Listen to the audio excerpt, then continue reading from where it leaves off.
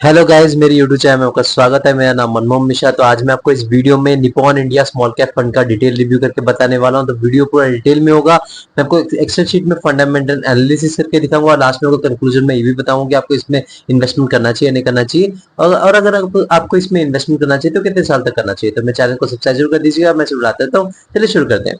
तो जैसा कि आप मेरे यहाँ पे स्क्रीन पे देख पा रहे होंगे, Nippon India small cap fund. तो इसका अगर आप लॉन्च ऑन डेट देखें तो 1 जनवरी 2013 है। मतलब इस फंड को अगर आप देखा जाए, लॉन्च होते होते 12.7 ईयर्स हो चुके हैं, जो कि बहुत ही पुराना फंड है। अगर आपको पता होगा, स्मॉल कैप फंड में सबसे ज्यादा फेमस फंड तो Nippon India small cap fund है। वो क्यों है, वो अभी हम इसके बारे में डिस्कस करने वाले इस वीडियो में। तो यहाँ पे अगर मैं बताऊं कैटेगरी रिटर्न 12.7 ईयर्स में तो 19.90% तक का मैसिव रिटर्न है। लेकिन इस फंड का अगर आप रिटर्न देखिए 12.7 ईयर्स में तो 24.88% तक का मैसिव रिटर्न है।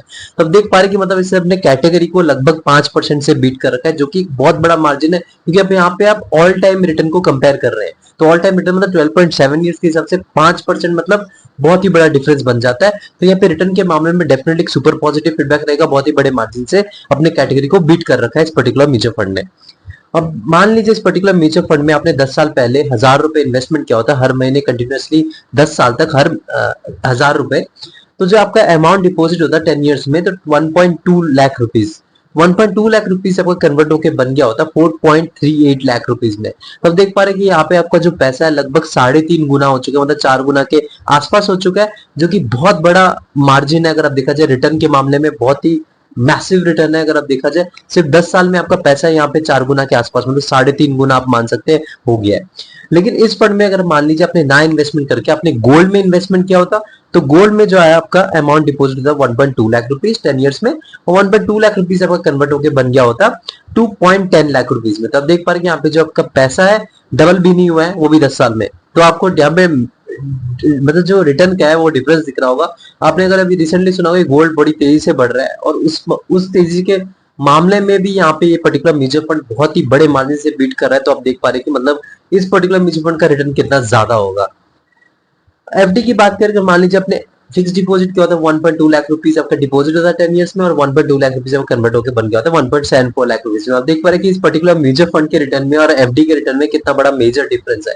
इसलिए कहते हैं कि इन्वेस्टमेंट करना क्यों जरूरी होता है। तब देख पा रहे कि मतलब डिफरेंस आपको देख के पता चल गया होगा कि इन्वेस्टमेंट की ताकत। अब यहाँ पे रिस्क वर्सेस रिटर्न रेशियो की बात करते हैं। देखिए यहाँ पे इस पर्टिकुलर म्यूचुअल फंड और कैटेगरी के साथ कंपैरिजन मैंने बना रखा है लास्ट के 3 ईयर्स में। इसका रिस्क के बारे में हम बात पता करेंगे, कैटेगरी को के कंपैरिजन में कितना रिस्क ले रहा है इस पर्टिकुलर म्यूचुअल फंड, और उसी के बेसिस पे हम जज करेंगे कि रिटर्न इसका जो रिटर्न इसने 5% से बीट कर रखा है कैटेगरी को, वो बेसिकली वर्थ है या नहीं है। क्योंकि देखिए यहाँ पे दो पैरामीटर्स मैंने ले रखे हैं, वो आपका बीटा और दूसरा आपका स्टैंडर्ड डिविएशन। जी हाँ। तो बीटा बेसिकली होता है क्या है, बीटा आपको बताता है volatility with respect to its benchmark. इसके बेंचमार्क के कंपैरिजन में पर्टिकुलर म्यूचुअल फंड कितना वोलेटाइल है। तो यहाँ पे अगर देखा जाए पर्टिकुलर म्यूचुअल फंड का जो बीटा है वो आपका 0.83 है, और कैटेगरी देखा जाए तो 0.83 है। मतलब यहाँ पे आपको वोलेटिलिटी दोनों में बराबर देखने को मिलेगी, और रिटर्न जो है यहाँ पे आपको देख पा रहे कि लॉन्ग ऑल टाइम में 5% से बीट कर रखा है, जो कि पॉजिटिव फीडबैक रहेगा। क्योंकि यहाँ पे वोलेटिलिटी जबकि बराबर है, मतलब मान सकते रिस्क लगभग बराबर है, और आपको रिटर्न जो है वो कैटेगरी बीटिंग है। तो यहाँ पे अगर स्टैंडर्ड डिविएशन की बात करें तो स्टैंडर्ड डिविएशन बेसिकली क्या होता है, जैसे कि आपका एक एवरेज रिटर्न होता है। एक एवरेज रिटर्न मान लीजिए आपका 10% है, 10% से कितना प्लस और कितना माइनस, उसके बीच में एक रेंज बन जाता है, उसके बीच में आपको रिटर्न मिलने के चांस होते हैं, वो आपको स्टैंडर्ड डिविएशन होता है। तो यहाँ पे अगर स्टैंडर्ड डिविएशन इतना कम हो, अच्छा खासा माना था कि देखिए अगर स्टैंडर्ड डिविएशन आपका ज्यादा हो ना, तो यहाँ पे आपको क्या कहते हैं वॉलिटिलिटी आपको ज्यादा देखने को मिलती है, और यहाँ पे आपका रेंज भी ज्यादा बन जाता है। तो यहाँ पे नेगेटिविटी होने के भी रेंज ज्यादा बढ़ जाते हैं। तो यहाँ पे अगर देखा जाए तो 13.68 इस पर्टिकुलर म्यूचुअल फंड का है, और कैटेगरी देखा जाए 13.69 है। कैटेगरी का स्लाइटली थोड़ा ज्यादा है, मतलब उसको नेगोशिएबल मान सकते हैं, बराबर ही मान सकते हैं। तो ओवरऑल मैं आपको बताऊं, यहाँ पे जो रिस्क है ना ये बराबर लेके चलता है, अपने कैटेगरी को एकदम बराबर है। आप देख पा रहे कि बीटा और स्टैंडर्ड डिविएशन लगभग बराबर ही है, और रिटर्न जो है वो कैटेगरी बीटिंग रिटर्न दे रहा है। तो यहाँ पे मैं ओवरऑल बताऊं तो एक मैं एबव एवरेज सा फीडबैक दूंगा। एबव एवरेज इसलिए दूंगा क्योंकि रीजन ये है कि अगर यहाँ पर रिस्क कम लेके आपको रिटर्न कैटेगरी बीटिंग रिटर्न दिया होता तो डेफिनेटली यहाँ पे एक सुपर पॉजिटिव फीडबैक देता मैं। लेकिन यहाँ पे रिस्क जो है आपका बराबर लेके चल रहा है कैटेगरी से, और रिटर्न भी जो है कैटेगरी बीटिंग रिटर्न दे रहा है। तो यहाँ पे मैं नेगेटिव तो नहीं दे सकता, क्योंकि देखिए आपको रिस्क बराबर लेके कैटेगरी बीटिंग रिटर्न दे रहा है, तो मैं यहाँ पे नेगेटिव कैसे बोल सकता हूँ। तो यहाँ पे मैं अबव एवरेज इसको एक फीडबैक दूंगा रिस्क और रिटर्न के मामले में। अगर आप म्यूचुअल फंड पिक करने में बहुत ही कंफ्यूजन में कि आपको पता नहीं चला कि म्यूचुअल फंड कैसे पिक करना है, कौन सी क्राइटेरिया के बेसिस पे पिक करना है और आपने क्या क्या गलतियां नहीं करनी है, तो आप ये बुक मेरे स्क्रीन पे देख पा रहे होंगे जिसका नाम है 100 mutual fund tips for beginners in India. Basically book मैंने लिखी है और इसमें मैंने आपको 100 टिप्स बता रखे म्यूचुअल फंड के, जो कि मैंने प्रॉब्लम फेस करके, मैं नहीं चाहता कि आप भी वो प्रॉब्लम फेस कर, देखिए मेरे को एक्सपीरियंस हो चुका है, मैं 6 से 7 साल से इन्वेस्टमेंट कर रहा हूं, तो जो जो मैंने गलतियां कर रखी है, जो जो आपको वो गलतियां नहीं दोहरानी चाहिए, तो मैंने इस म्यूचुअल फंड के इस बुक में लिख रखा है। आपको ये बुक डिस्क्रिप्शन में मिल जाएगा, आप ये बुक परचेज कर सकते हैं, अमेजोन में ई बुक के फॉर्म में अवेलेबल है। रिटर्न वर्सेस कैटेगरी की बात करें तो यहाँ पे रिटर्न कैटेगरी कंपैरिजन में हाई है, तो डेफिनेटली कैटेगरी बीटिंग रिटर्न है 5% से, और रिस्क वर्सेस कैटेगरी बात करें एवरेज, जो कि बराबर आप मान सकते हैं रिस्क लेके चलता है अपने कैटेगरी के मुकाबले। अब यहाँ पे मान लीजिए इस पर्टिकुलर म्यूचुअल फंड में आपने इन्वेस्टमेंट स्टार्ट करना है, तो आपको मिनिमम एसआईपी 100 रुपए से अपना स्टार्ट कर सकते हैं। तो मान लीजिए आप इस पर्टिकुलर म्यूचुअल फंड में आप लमसम करना चाहते हैं, तो आप लमसम 1000 रुपए से अपना स्टार्ट कर सकते हैं। देखिए आजकल स्टूडेंट लोग भी अपना इन्वेस्टमेंट स्टार्ट करना चाहते हैं, तो वो कर सकते हैं इतने कम पैसे में, जो कि एक सुपर पॉजिटिव फीडबैक रहेगा। लॉक इन पीरियड की बात करें तो कोई भी लॉक इन पीरियड नहीं है, कभी भी यहाँ पे आपने इन्वेस्टमेंट करा, कभी भी यहाँ पे आपने एग्जिट मार लिया, तो इसका लॉक इन पीरियड यहाँ पे बहुत बढ़िया है, कभी भी आप यहाँ से एग्जिट मार सकते हैं, तो यहाँ पे एक सुपर पॉजिटिव फीडबैक रहेगा। एम का फुल फॉर्म होता है एसेट अंडर मैनेजमेंट। तो एसेट अंडर मैनेजमेंट क्या होता है, इस पर्टिकुलर म्यूचुअल फंड में कितना पैसा आपका इन्वेस्टेड है वो आपको बताता है। तो यहाँ पे अगर एम साइज ज्यादा हो ना, तो यहाँ पे एक प्रॉब्लम रहती है कि देखिए फंड मैनेजर को मैनेजमेंट करने में दिक्कत आती है। लेकिन अगर एम साइज आपका कम है ना, यहाँ पे एक प्रॉब्लम ये रहती है कि इस पर्टिकुलर म्यूचुअल फंड में लोगों का ज्यादा भरोसा नहीं है, तभी तो एम साइज कम है, क्योंकि यहाँ पे पैसा ज्यादातर इन्वेस्टमेंट नहीं हो रखा है, लोगों ने पैसा लगाया नहीं है, इसलिए यहाँ पे यहाँ के एम साइज कम है। जिसका मतलब यहाँ पे इस पर्टिकुलर म्यूचुअल फंड में कुछ ना कुछ गड़बड़ी है। तो यहाँ पे कम हो तो प्रॉब्लम है, ज्यादा हो तो प्रॉब्लम है। लेकिन हाँ, ज्यादा हो आप इग्नोर मार सकते हैं कि देखिए ज्यादा हो तो उसमें मैनेजमेंट में दिक्कत आती है। मैनेजमेंट में दिक्कत क्या आती है कि जैसे फंड मैनेजर क्या होता है, क्योंकि मैनेजमेंट नहीं कर पाता है, तो क्या होता है कि आपका एसआईपी बंद कर देता है, आपका लमसम बंद कर देता है, तो इसमें थोड़ी बहुत प्रॉब्लम आपको देखने को मिलती है। मैं आपको यहाँ पे Nippon India small cap fund का रिव्यू करके बता रहा हूँ, इसी पर्टिकुलर म्यूचुअल फंड में भी हो रखा है। अगर आप अभी भी चेक करेंगे तो इसका या तो एसआईपी बंद किया होगा या फिर लमसम बंद किया होगा, आप जरूर चेक कर पा रहे होंगे। तो यहाँ पे ये इसलिए हो रहा है क्योंकि फंड मैनेजर को मैनेजमेंट में थोड़ी बहुत दिक्कत आ रही है। अगर वो मैनेजमेंट कर लेते हैं तो कोई ज्यादा प्रॉब्लम वाली बात नहीं है, लेकिन यहाँ पे लोगों का भरोसा है, तो यहाँ पे एम साइज ज्यादा है तो बहुत बढ़िया बात है। लेकिन एम साइज कम हो तो डेफिनेटली यहाँ पे एक रेड फ्लैग मान सकते हैं आप उसे। तो यहाँ पे एम साइज की बात करें तो एक परफेक्ट जो माना जाता है, अगर आपका जो फंड है 10 साल से पुराना है और 15 साल के बीच में, तो एम साइज अगर आपका 10,000 करोड़ रुपीज से लेकर 30,000 करोड़ रुपीज के बीच में उससे अच्छा खासा माना जाता है। लेकिन यहाँ पे 66,000 करोड़ रुपीज है, तो देखिए 66,602 करोड़ रुपीज, जो कि बहुत ज्यादा एम साइज है। तो यहाँ पे मैं एक एवरेज सा फीडबैक दूंगा। एवरेज इसलिए दे रहा हूँ क्योंकि कम एम साइज नहीं है, कम होता तो मैं यहाँ पे नेगेटिव फीडबैक दे देता, लेकिन यहाँ पे एम साइज ज्यादा है, मतलब लोगों का भरोसा है। यहाँ पे इस पर्टिकुलर म्यूचुअल फंड में ज्यादातर इन्वेस्टमेंट पैसा लोगों ने पैसा लगा रखा है, तो इसलिए एम साइज का ज्यादा है। तो यहाँ पे अगर मैनेजमेंट ठीक कर दे तो मैं इसको पॉजिटिव फीडबैक दे दूंगा, लेकिन यहाँ पे एक एवरेज सा फीडबैक दूंगा एम के मामले में। एक्सपेंस रेशियो की बात करें, देखिए आप तो दिमाग लगा नहीं रहे, दिमाग लगाने वाले कौन है, फंड मैनेजर दिमाग लगाते हैं, अपना फंडामेंटल एनालिसिस करते हैं, आपको रिटर्न दिलवाते हैं। तो यहाँ पे उस बेसिस पे आपको एक एज एन मैनेजमेंट फीस कुछ पैसे पेमेंट करती है। तो यहाँ पे पेमेंट जो करना है वो आपका 0.64% तक का आपके ओवरऑल जो आपका जो कॉर्पस होगा उसका आपका 0.64% हिस्सा उनको देना पड़ेगा एज ए मैनेजमेंट फीस। तो देखिए अगर ये 1% से नीचे उसे अच्छा खासा माना जाए, देखिए लॉन्ग टर्म में ना लाखों करोड़ों का डिफरेंस बन जाता है अगर आप 1% तक का एक्सपेंस रेशियो पे कर रहे हैं। तो यहाँ पे अगर मैनेजर क्राइटेरिया सेट करेगा 0.7% से नीचे हो उसे अच्छा खासा माना जाता है कि देखिए 0.8% हो या फिर 0.9% या 1% जो है बहुत ज्यादा हो जाते हैं इनसे। तो यहाँ पे देखिए 0.7% से नीचे है, तो मैं यहाँ पे एक सुपर पॉजिटिव फीडबैक दूंगा एक्सपेंस रेशियो के मामले में।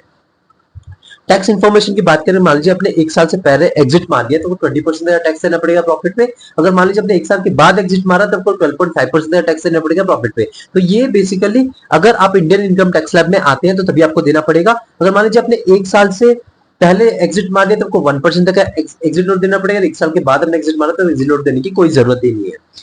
तो मार्केट कैपिटल की बात करें तो यहाँ पे देखिए मिड कैप में इनका 15.64% का एलोकेशन है, स्मॉल कैप में इनका 68.38% का एलोकेशन है, लार्ज कैप में इनका 11.74% का एलोकेशन है, और अदर्स में देखा जाए 4.2% का एलोकेशन है। देखिए यहाँ पे जो एक सेबी के गाइडलाइन के हिसाब से बोल रहा है कि जो स्मॉल कैप का अगर कैटेगरी म्यूचुअल फंड है ना, तो यहाँ पे करीब 65% तक आपको स्मॉल कैप में इन्वेस्टमेंट करना जरूरी है। तो यहाँ पे एक थ्रेशोल्ड को फॉलो किया गया, आप देख पा रहे 68.38% तक का स्मॉल कैप में एलोकेशन है। लेकिन जो बाकी के बचे हैं वो मिड कैप में ज्यादा एलोकेशन और लार्ज कैप में थोड़ा सा कम कर दिया है। तो यहाँ पे मैं थोड़ा सा नेगेटिव फीडबैक दूंगा। रीजन ये है कि यहाँ पे लार्ज कैप का एलोकेशन थोड़ा ज्यादा हो सकता था, तो रिस्क यहाँ पे कम हो सकता था और रिटर्न थोड़ा बहुत उतना दिलवा सकते थे, तो यहाँ पे थोड़ा पॉजिटिव फीडबैक हो जाता। तो यहाँ पे देख पा रहे जो आपका ऊपर मैंने आपको मैंने बीटा और स्टैंडर्ड डिवीजन बताया, वो थोड़ा कम हो जाता अगर यहाँ पे मिड कैप में इन्वेस्टमेंट कम करके लार्ज कैप में थोड़ा ज्यादा कर देते। लेकिन यहाँ पे इन्होंने जो मिड कैप में थोड़ा ज्यादा इन्वेस्टमेंट कर रखा है, तो अब देख पा रहे कि लगभग अगर आप प्लस करें, स्मॉल कैप ज्यादा रिस्की रहता है, 68.38% का एलोकेशन है, प्लस मिड कैप में 15.64% का एलोकेशन है। मतलब आप इसको राउंड अप करें 70 प्लस 15 कर दे, तो 70 प्लस 15 करेंगे तो आपको करीब करीब 85% तक का ये रिस्क लेके चलते हैं, और बाकी के बचे 15% इनका लार्ज कैप या फिर अदर्स या फिर डेप्थ में इन्वेस्टमेंट है। तो डेफिनेटली ये एक बहुत ज्यादा रिस्की फंड है। तो आप देख पा रहे कि देखिए, जब मैं कैटेगरी के साथ कंपेयर करके बोल रहा हूं ना कि कम रिस्क है, तो ये कम रिस्की नहीं है या बराबर रिस्क है, वो रिस्क नहीं है, बहुत ज्यादा रिस्क लेके चलते हैं, क्योंकि यहाँ पे छोटी कंपनी में इन्वेस्टमेंट हो रखा है, जो कि एक स्टार्टअप कंपनी है, जो कि अभी भी स्टार्ट हुई है। तो डेफिनेटली यहाँ पे रिस्क बहुत ज्यादा बना रहेगा। ये बस मैं कैटेगरी के साथ कंपेयर करके आपको जज करके बता रहा हूँ कि हाँ ये थोड़ा बेहतर होता है, क्योंकि आप म्यूचुअल फंड को कैटेगरी के साथ कंपेयर करते हैं। क्योंकि देखिए, आप जब रिस्क बहुत ज्यादा ले रहे हैं ना, ज्यादा वॉलेटिलिटी फेस कर रहे हैं, तब का रिटर्न भी बहुत ज्यादा मिलना चाहिए। ये नहीं कि आपने रिस्क बहुत ज्यादा ले रखा है और आपको रिटर्न एफडी के बराबर मिल रहा है, तो क्या फायदा? आपने रिस्क लेने का क्या फायदा? उससे चाहे यार आप एफडी कर लीजिए। फिर रोलर क्वेश्चन से क्यों जा रहे हैं? आप क्यों देख रहे हैं कि भाई बार बार यहाँ पे मार्केट आपका ऊपर जा रहा है फिर नीचे आ रहा है, तो क्यों देखना? तो ये चीज जरूरी हो जाती है, इसलिए कैटेगरी को कंपैरिजन करके बता रखा है। तो यहाँ पे मार्केट कैपिटल के मामले में मैं यहाँ पे एक एवरेज सा फीडबैक दूंगा, कोई अच्छा नहीं कोई ज्यादा बुरा नहीं।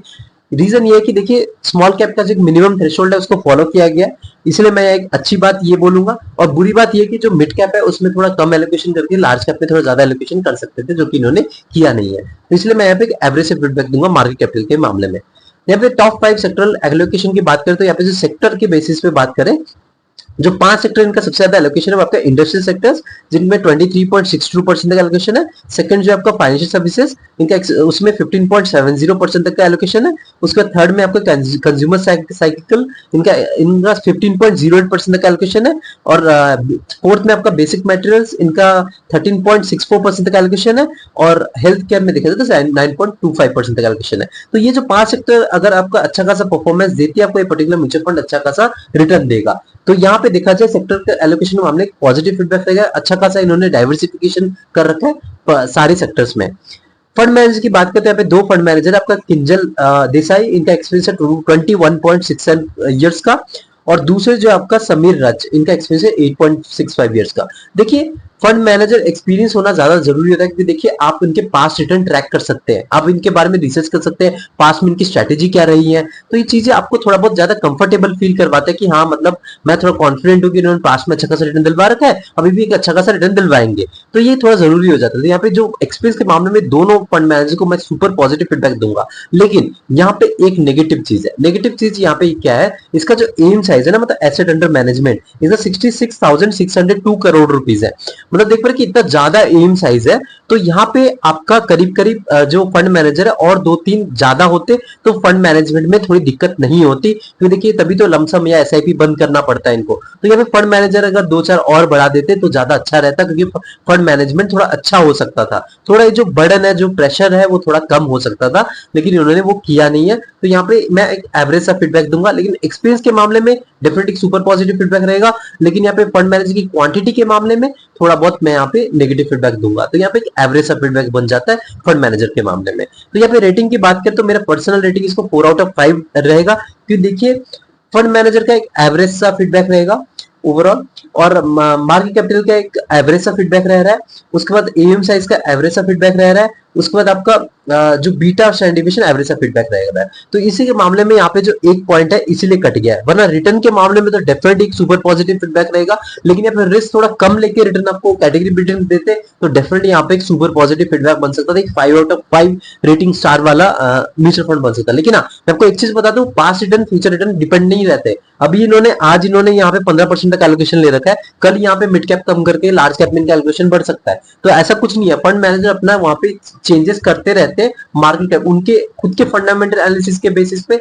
लेकिन हाँ, ये चीज टोटली उन पे डिपेंड रहता है। तो अगर मैं आपका कंक्लूजन में बताऊं, अगर आपका टाइम फ्रेम 7 से 10 साल है, लेकिन अगर आपके पास बेकार का पैसा है, मतलब मान लीजिए आपको इमरजेंसी टाइम में वो पैसा नहीं चाहिए और अगर आपके पास रिस्क एपिटाइट आपका बहुत हाई है, मतलब हाई से भी हाई है, क्योंकि यहाँ पे स्मॉल कैप में ज्यादा इन्वेस्टमेंट हो रहा है, मतलब छोटी कंपनी स्टार्टअप कंपनीज है, लेकिन इंडिया एक डेवलपिंग नेशन है, तो यहाँ पे डेवलपिंग नेशन में छोटी कंपनीज का ज्यादा पोटेंशियल होता है बढ़ने का, डेवलप नेशन में ज्यादा नहीं होता, क्योंकि वहां पे ऑलरेडी वेल एस्टेब्लिश कंपनीज हो चुकी है, तो छोटी कंपनी को ज्यादा मार्जिन नहीं रहता, ज्यादा उनका स्कोप नहीं रहता है, लेकिन यहाँ पे रहता है। तो उस मामले में देखा जाए तो स्मॉल कैप में ज्यादा स्कोप है, लेकिन यहाँ पे अगर आपका रिस्क कैपिटल बहुत ज्यादा हाई है तभी ऐसे म्यूचुअल फंड में इन्वेस्टमेंट करें, वरना बिल्कुल इग्नोर मार सकते हैं, क्योंकि ये जो म्यूचुअल फंड है बहुत ज्यादा रिस्क है, रिस्क पे भी रिस्क लेने वाला म्यूचुअल फंड है।